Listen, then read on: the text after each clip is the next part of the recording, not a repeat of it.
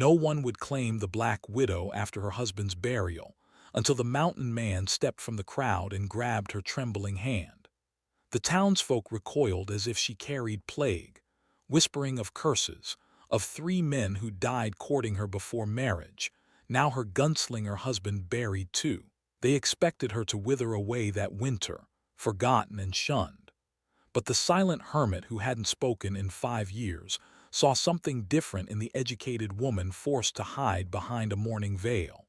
What he didn't know was that she clutched her dead husband's leather satchel, filled with evidence that could destroy every powerful man in town, or get them both killed. Would his protection be enough when the truth emerged, or had he just signed both their death warrants?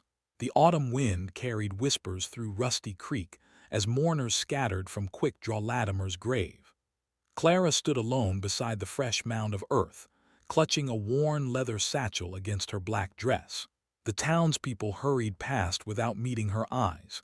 Mrs. Henderson pulled her children closer when Clara's shadow fell across their path. "Don't look at her directly," she hissed.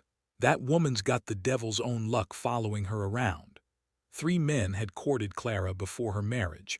All 3 had met sudden deaths. First came Johnny Mitchell, thrown from his horse on a calm day. Then Samuel Brooks, found face down in the creek after claiming he could swim like a fish. Finally, Thomas Wade, shot in the back during what should have been a simple card game. Now her husband lay buried too. Sheriff Bronson adjusted his silver badge and approached Mayor Caldwell near the cemetery gates.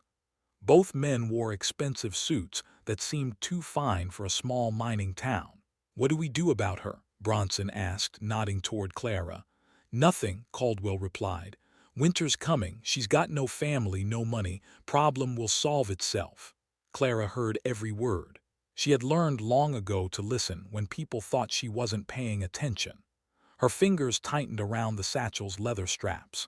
Inside lay documents her husband had left her, papers covered in words she could read but barely understood.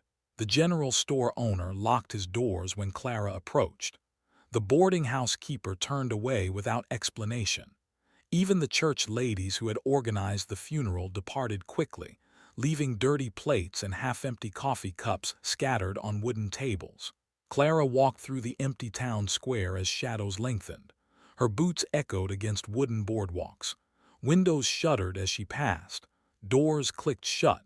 She paused outside the bank where Thaddeus Whitmore stood counting money through thick glass.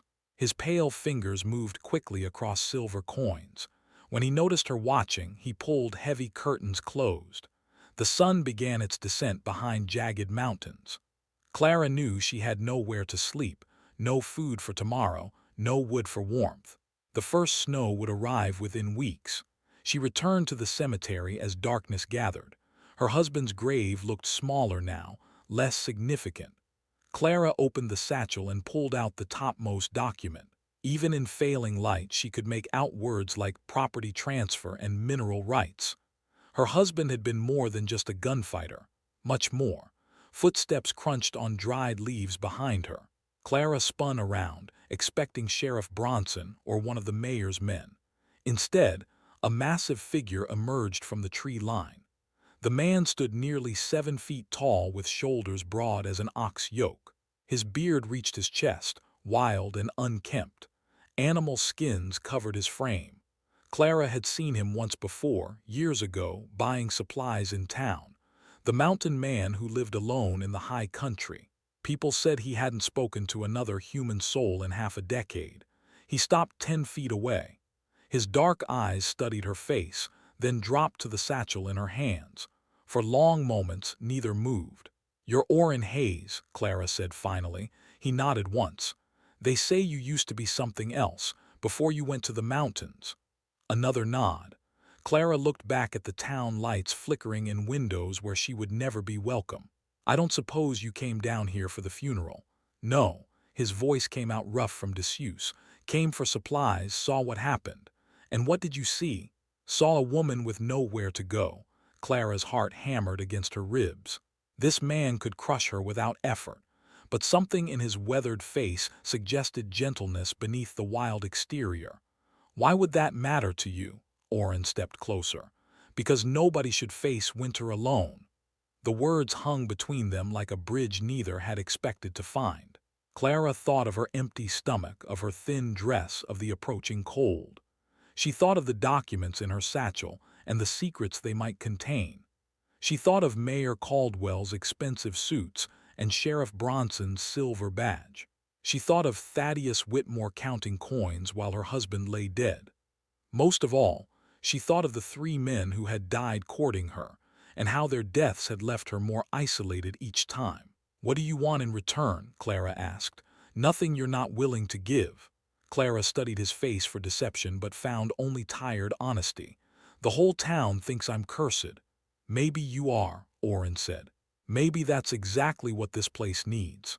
He extended his massive hand toward her.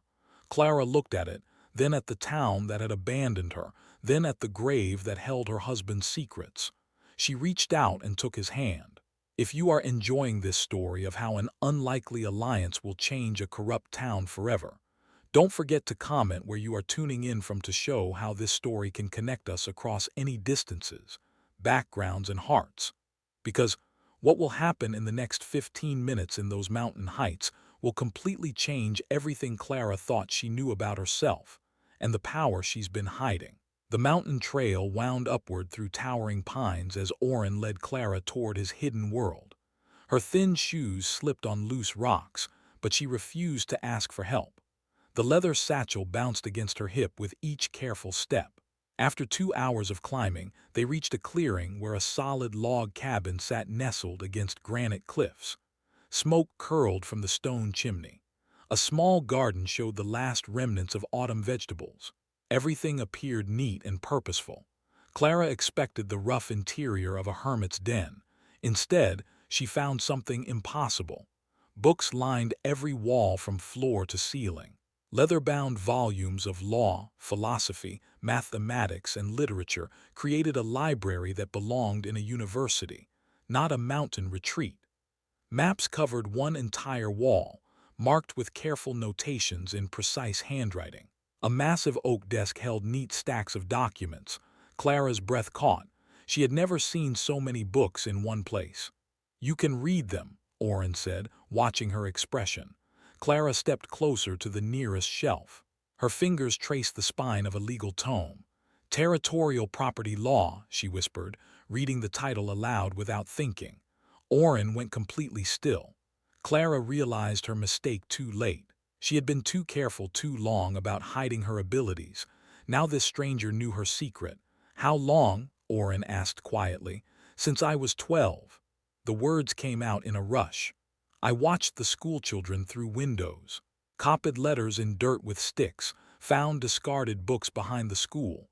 Orrin pulled a chair closer to the fire. "Sit down, Clara." She remained standing. "You're going to ask me to leave." "No." He settled into another chair. "I'm going to tell you who I really was." The fire crackled between them as Orrin spoke. 5 years ago, he had served as territorial judge in 3 counties. He had seen land grabbed from families through forged documents, witnessed murders disguised as accidents, watched corrupt officials grow rich while honest people lost everything. "I tried to fight them through the law," he said. "But when judges can be bought and sheriffs take orders from the highest bidder, justice becomes impossible. So you ran away. I retreated. There's a difference." Clara set her satchel on the desk and opened it. Documents spilled across the polished wood. "My husband left me these. I can read most of the words, but I don't understand what they mean together." Orrin leaned forward. His eyes widened as he examined the papers. Property deeds, mineral rights transfers, correspondence between officials, bank records showing payments that made no sense. "Clara," he said slowly, "your husband wasn't just collecting evidence. He was building a legal case." "Against who?" "Everyone who matters in Rusty Creek." For the next hour, Orrin explained what the documents revealed. Mayor Caldwell had orchestrated a massive land fraud. Families were forced to sell their properties for fractions of their worth. Those who refused faced mysterious accidents or sudden deaths. "The railroad wants to build through this territory," Orrin said. "These properties sit right in the planned route. Someone who controls them all will make a fortune. Clara studied a map showing marked properties. My land is here. She pointed to a spot at the center of the route. That's the Keystone property. Without it, the whole deal falls apart. Clara understood now why her suitors had died. Johnny Mitchell had owned the property next to hers. Samuel Brooks had inherited mineral rights that would block the railroad. Thomas Wade had been asking too many questions about the strange deaths. They killed my husband because he was about to expose them, she said. Yes, and they expected you to disappear quietly. Clara stood and walked to the bookshelf. She pulled down a volume of contract law and opened it to a random page. The text made perfect sense to her, but she had never been taught the larger concepts that connected individual laws into a powerful system. Teach me, she said. What? Everything. Mathematics, property law, business contracts. All of it? Orrin shook his head. Clara, that would take years. I'm a fast learner. She opened another book, this one on territorial governance. Within minutes, she was asking questions that showed she understood complex relationships between different legal concepts. Her mind worked like a steel trap, catching and holding every detail. How fast? Orrin asked. Clara spent the evening demonstrating her abilities. She memorized entire pages of text after reading them once. She connected legal precedents from different cases to form new arguments. She solved mathematical problems that should have taken trained accountants hours to complete. By midnight, Orrin was staring at her with something approaching awe. I've been hiding this my whole life, Clara said. People don't trust women who are too smart, especially women who look like me. Your husband knew, he suspected. He used to ask me to check his poker math. Clara touched one of his letters. I think that's why he left me these documents. He knew I could figure them out eventually. Orrin gathered the papers into neat piles. If you want justice for your husband and those other men, you'll need more than intelligence. You'll need education. How long? To understand enough law to present a case. With your abilities, maybe 3 months of intensive study. Clara looked around the library that could transform her from powerless widow into something far more dangerous. They think I'm just a cursed woman who will die quietly in the mountains. What do you think you are? Clara picked up a thick volume of territorial law and opened it to the first page. I think I'm about to become their worst nightmare. 3 weeks into Clara's education, the first warning came. She sat at Orrin's desk, surrounded by law books and her husband's documents. Her mind had absorbed territorial property codes, mineral rights legislation, and railroad easement laws with frightening speed. Each night brought new connections between seemingly unrelated crimes. The sound of approaching horses broke her concentration. Orrin appeared at the window, rifle in hand. 3 riders, coming up fast. Clara recognized Sheriff Bronson's voice before she saw his face. Hayes, we know you're up there. Orrin stepped onto the porch. Clara remained inside but positioned herself where she could hear everything. Sheriff, Orrin said calmly, long way up here for a social call. Got reports of strange activity. Folks in town are worried about that woman you took. What folks would those be? Bronson shifted in his saddle. His 2 deputies flanked him, hands resting on their gun belts. Mayor Caldwell's concerned for her welfare. Woman like that, alone with a hermit, people might get the wrong idea. Clara's jaw clenched. She understood the real message. They wanted to know what she was doing up here. She's fine, Orrin replied. Recovering from her loss. Mind if we see for ourselves? Actually, I do mind. The tension stretched like a bowstring. Clara watched through the window as Bronson's hand moved closer to his weapon. This is official business, Hayes. Then show me a warrant. Bronson had no warrant. After several more minutes of veiled threats disguised as concern, the 3 men rode back down the mountain. But Clara knew they would return. That evening, she made a discovery that changed everything. While cross-referencing property transfer dates with death records, she found a pattern hidden in the timing. Johnny Mitchell had died 2 days after filing a claim dispute. Samuel Brooks had drowned 1 day after visiting the Territorial Land Office. Thomas Wade had been shot 3 days after asking the bank for his property documents. They're not just stealing land, Clara told Orrin. They're eliminating anyone who gets too close to the truth. What about your husband?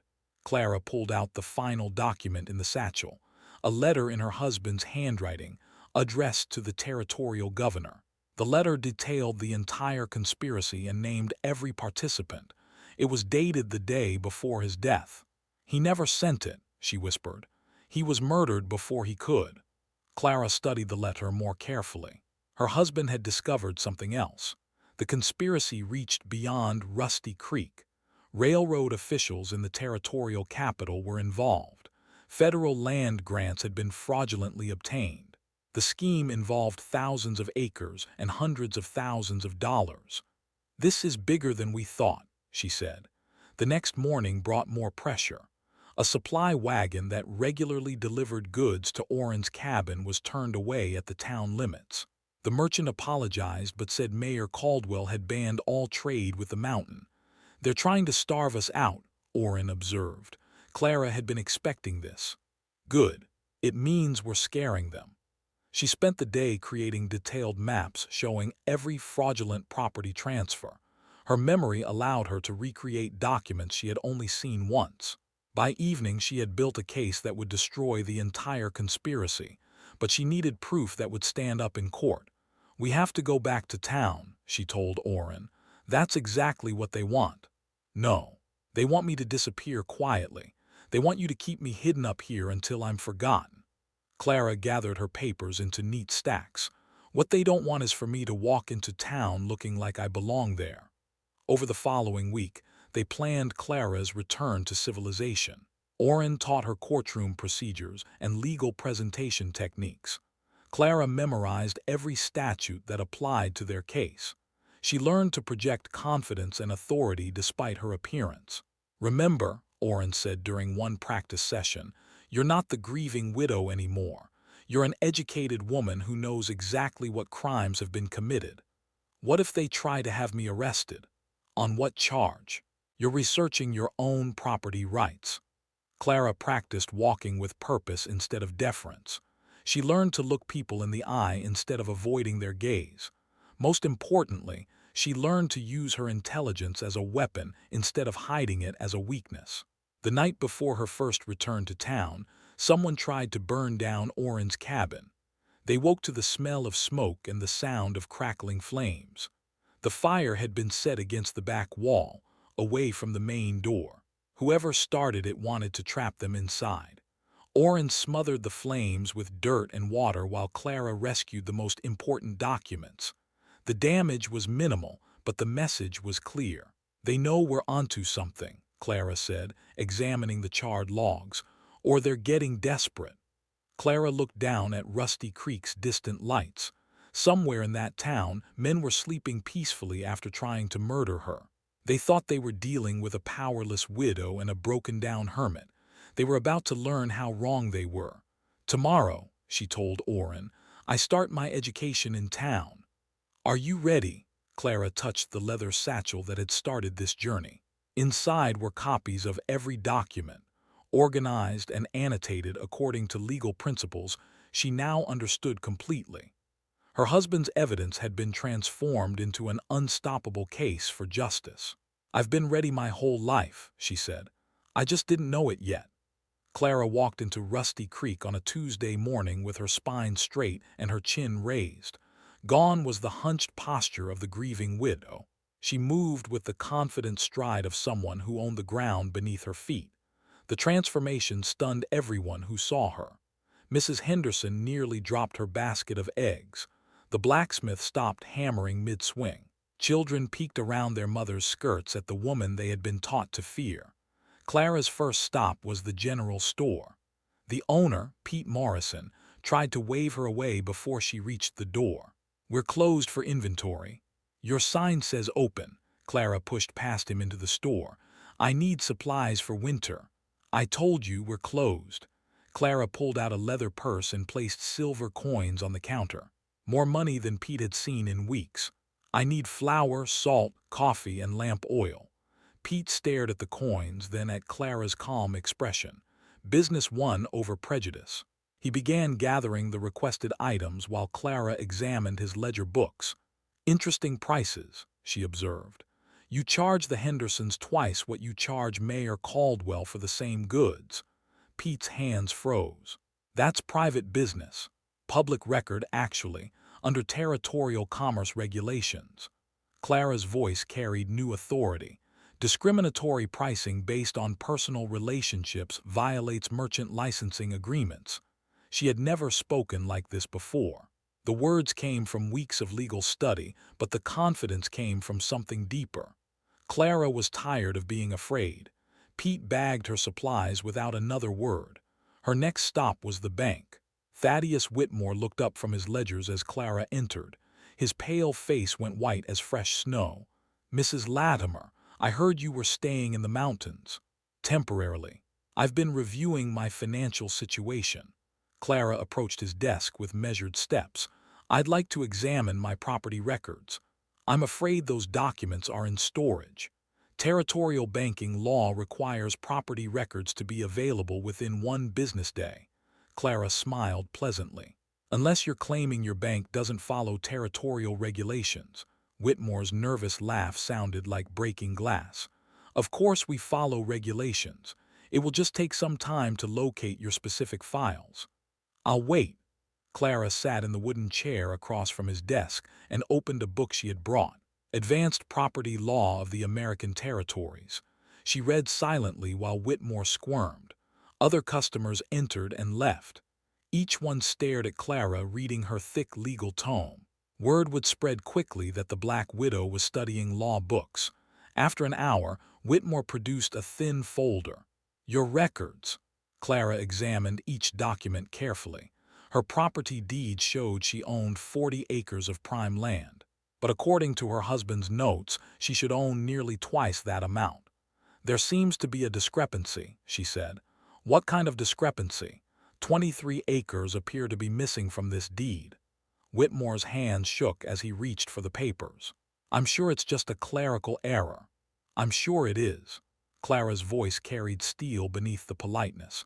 "I'll need you to research the original survey and correct any errors within the week." She left Whitmore sweating behind his desk. Her final stop was the most dangerous. Mayor Caldwell's office sat above the saloon in the town's largest building. Clara climbed the wooden stairs as conversations died in the street below. Everyone was watching. Caldwell's secretary tried to block her path. "The mayor is in meetings all day." "Then I'll wait for an opening." Clara settled into a chair and opened another law book. Within minutes, Caldwell himself appeared. He was younger than Clara had expected, with smooth hands and expensive clothes that looked out of place in a mining town. "Mrs. Latimer, what an unexpected pleasure." "Mr. Mayor, I wanted to discuss my civic responsibilities." Caldwell's smile never wavered, but his eyes went cold. "Civic responsibilities.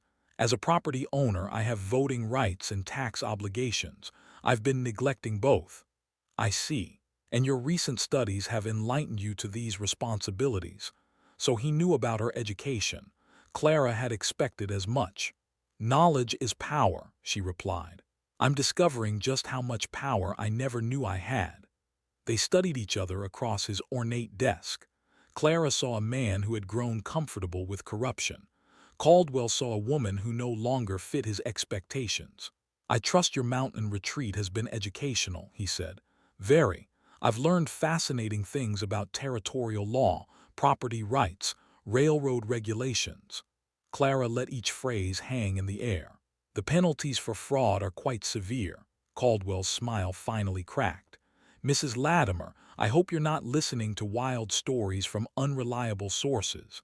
I prefer documentary evidence to stories.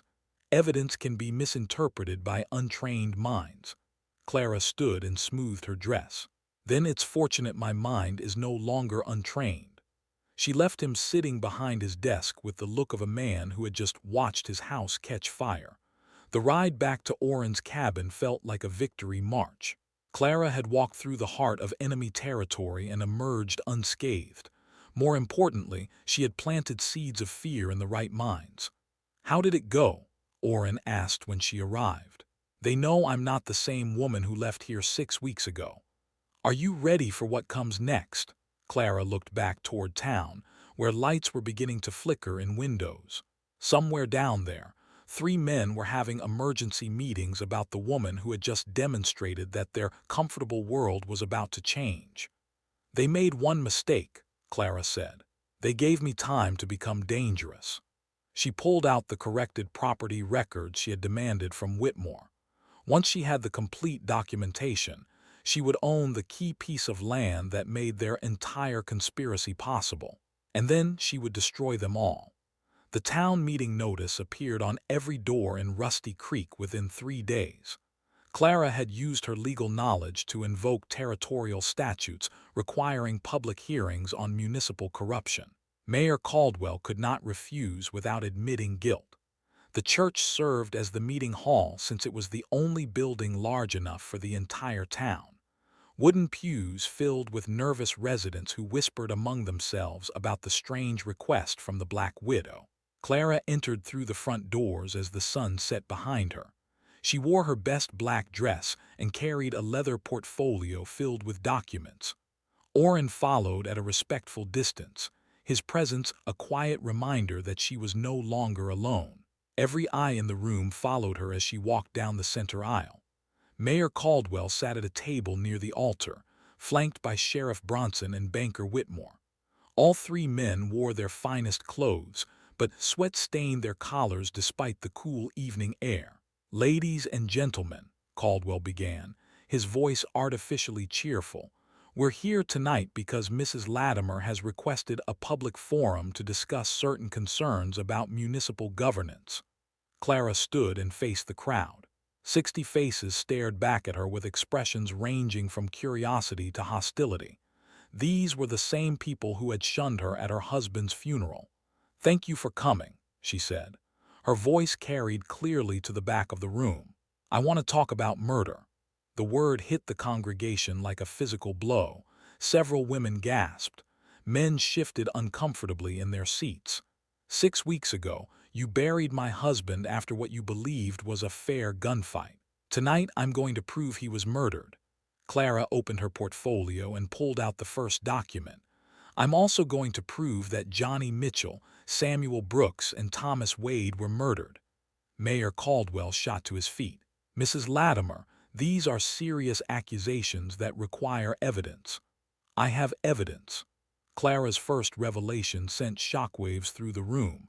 She had obtained the territorial coroner's report on her husband's death. The official cause was listed as gunshot wound, but the coroner's notes mentioned unusual symptoms that suggested poisoning. "My husband was given arsenic before his final gunfight," Clara announced. "Enough to slow his reflexes, but not enough to kill him immediately. He was murdered to look like he died with honor." She produced a letter in her husband's handwriting, addressed to the territorial governor. The letter detailed a massive land fraud conspiracy involving false property transfers, forged documents, and systematic elimination of anyone who threatened to expose the truth. "Quick Draw Latimer wasn't just a gunfighter," Clara continued. "He was investigating crimes that reached to the highest levels of local government." Mayor Caldwell tried to interrupt, but Clara's voice rose above his protests. "Johnny Mitchell died because he refused to sell his property for half its value. Samuel Brooks was murdered because his mineral rights blocked illegal mining claims. Thomas Wade was shot because he asked too many questions about these convenient deaths." Clara's second revelation was even more devastating. She had traced the money trail through bank records and territorial land office filings. Every fraudulent property transfer led back to the same 3 men sitting at the altar table. "Mayor Caldwell, Sheriff Bronson, and Banker Whitmore have stolen over 2,000 acres of land through fraud and murder," she declared. "They've killed at least 4 men and destroyed dozens of families to enrich themselves." The crowd erupted in angry voices. People who had lost family members or been forced to sell property began connecting the dots Clara had laid out for them. But Clara wasn't finished. Her final revelation silenced the room completely. She had discovered the ultimate motive behind the conspiracy. The Transcontinental Railroad was planning a route through their territory. The men who controlled the key properties along that route would become millionaires overnight. They needed my land most of all, Clara said, producing her corrected property deed. 43 acres that sit directly in the path of the railroad's planned route. Without access to my property, their entire scheme fails. She turned to face Mayor Caldwell directly. That's why they killed the men who courted me. That's why they murdered my husband when he got too close to the truth. They wanted me isolated and desperate so I would sell cheap or simply disappear. The crowd's mood had shifted from curiosity to rage. People began shouting questions about their own property deals, their own mysterious accidents, their own family members who had died under suspicious circumstances. Sheriff Bronson reached for his gun, but Orrin stepped forward from the back of the room. The mountain man's imposing presence reminded everyone that Clara was no longer defenseless. The territorial marshal is already reviewing this evidence, Clara announced, raising her voice over the chaos. Federal investigators will arrive within the week to examine every property transfer, every suspicious death, and every illegal transaction. Mayor Caldwell's face had gone ashen. These are wild accusations from a woman who's clearly unstable. Then you won't mind a federal investigation proving my instability, Clara replied smoothly. Banker Whitmore tried to leave through a side door, but angry townspeople blocked his path. The same citizens who had shunned Clara weeks earlier now surrounded the men who had been stealing from them for years. I want justice for my husband, Clara said, her voice cutting through the noise. I want justice for Johnny Mitchell, Samuel Brooks, and Thomas Wade. I want justice for every family that's been cheated, every widow that's been left destitute, every honest person who's been destroyed by their greed. The crowd roared its approval. Clara had walked into that church as the cursed Black Widow. She walked out as the woman who had exposed the truth and brought justice to Rusty Creek. But the night was far from over. The federal marshals arrived 3 days later, just as Clara had promised. They spent 2 weeks in Rusty Creek, interviewing witnesses, examining documents, and investigating every suspicious death from the past 5 years. Clara's evidence proved ironclad. Mayor Caldwell, Sheriff Bronson, and Banker Whitmore were arrested and transported to the territorial capital for trial. Their expensive suits and confident smiles disappeared behind iron bars. The railroad deal collapsed without the fraudulently obtained properties. Clara stood in the town square watching their departure. Justice felt different than she had imagined. Quieter, more permanent. How does it feel? Orrin asked, joining her near the fountain. Empty, Clara admitted. I thought I would feel triumphant. Justice isn't about triumph, it's about balance. The townspeople who had once shunned Clara now approached her with nervous respect. Mrs. Henderson offered to bring her fresh eggs. The blacksmith tipped his hat when she passed. Children no longer hid behind their mother's skirts, but Clara noticed something else in their eyes. Fear had been replaced by awe, but she was still set apart. Still different. Still alone in many ways. 2 weeks after the arrests, Clara made her decision. She found Orrin splitting wood behind his cabin. I'm going back to town permanently. He set down his axe. Why? Because running away doesn't solve problems. It just postpones them.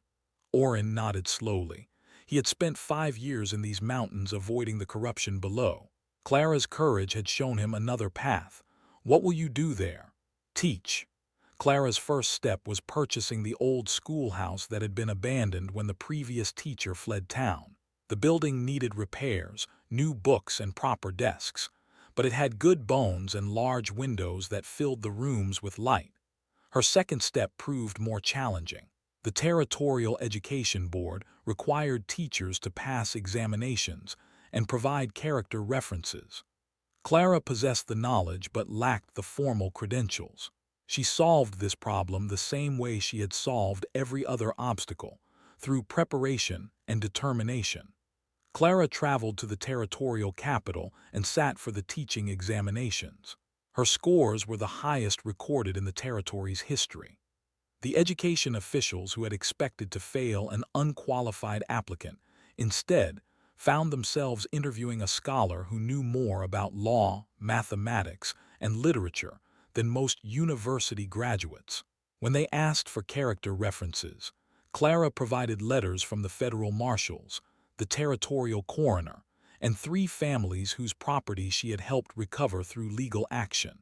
She returned to Rusty Creek with official teaching credentials and a mandate to establish the territory's first integrated school for women and children of all backgrounds. The resistance came immediately.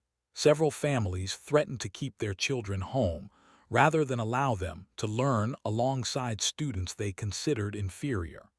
Some merchants suggested they might stop doing business with families who supported Clara's school. Clara had expected this reaction. She had also prepared for it. Her first class consisted of 8 students. 3 were children whose families had been victims of the land fraud conspiracy. 2 were young women who had been denied education because of their gender. The remaining 3 were children from families brave enough to ignore social pressure. Clara taught mathematics, reading, writing, and basic law. But more importantly, she taught her students that intelligence and character mattered more than appearance or background. Within 6 months, her school had grown to 23 students. Parents who had initially resisted began requesting admission when they saw how quickly Clara's students advanced compared to children in neighboring towns. The transformation wasn't limited to education. Clara's legal knowledge made her the unofficial advocate for anyone facing property disputes, unfair business practices, or government corruption.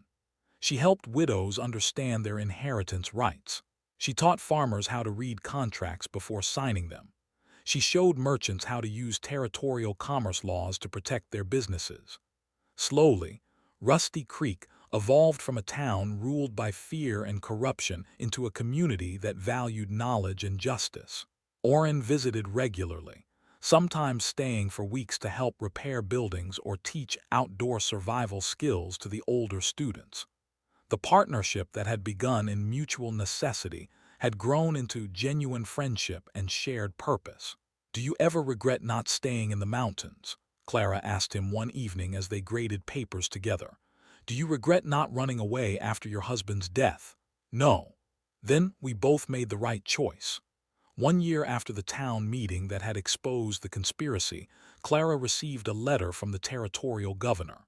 He was establishing a new program to train teachers for frontier communities. He wanted Clara to head the initiative. She declined. Rusty Creek still needed her, and she had found her place in the world. Not as the feared black widow or the pitied victim, but as Teacher Clara. A woman who had transformed tragedy into purpose, isolation into community leadership, and hidden intelligence into public service. The school bell rang each morning at 8 o'clock, calling students to lessons that went far beyond reading and arithmetic. Clara taught them that knowledge was power, that justice required courage, and that one person with determination could change an entire community. Children who had once been taught to fear her now ran to greet her each morning. Families that had once shunned her now invited her to Sunday dinners.